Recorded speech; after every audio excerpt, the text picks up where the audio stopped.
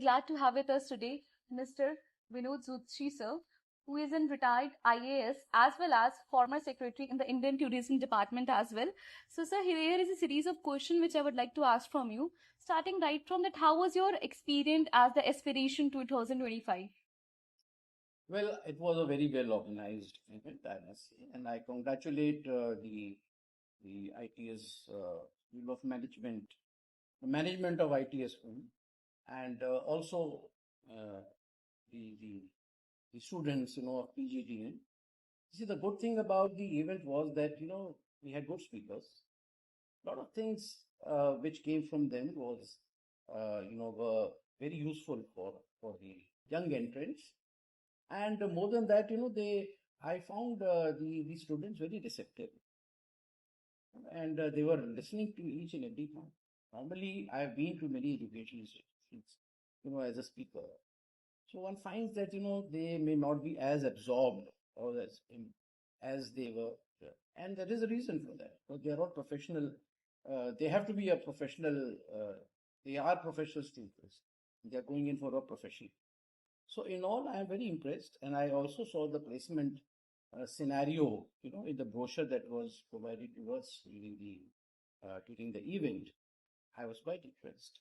In fact, I would urge upon all the students that you should work very hard and do all required networking, acquire as much knowledge, not just the bookish knowledge, case studies. Basically, what is important for all of you is that your knowledge should go to the level of understanding, not just that you could repeat what you have learned.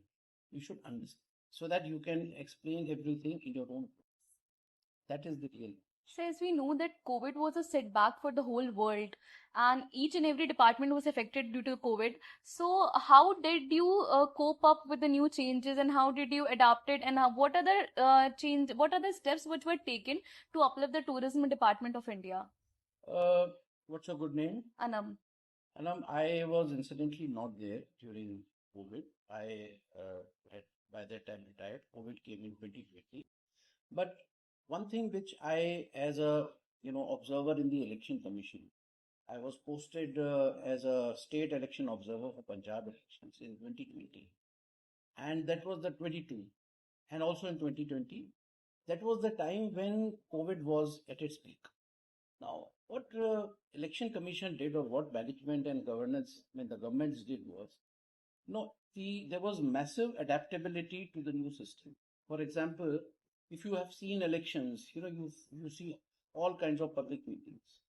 You see all kinds of crowds, gathering around.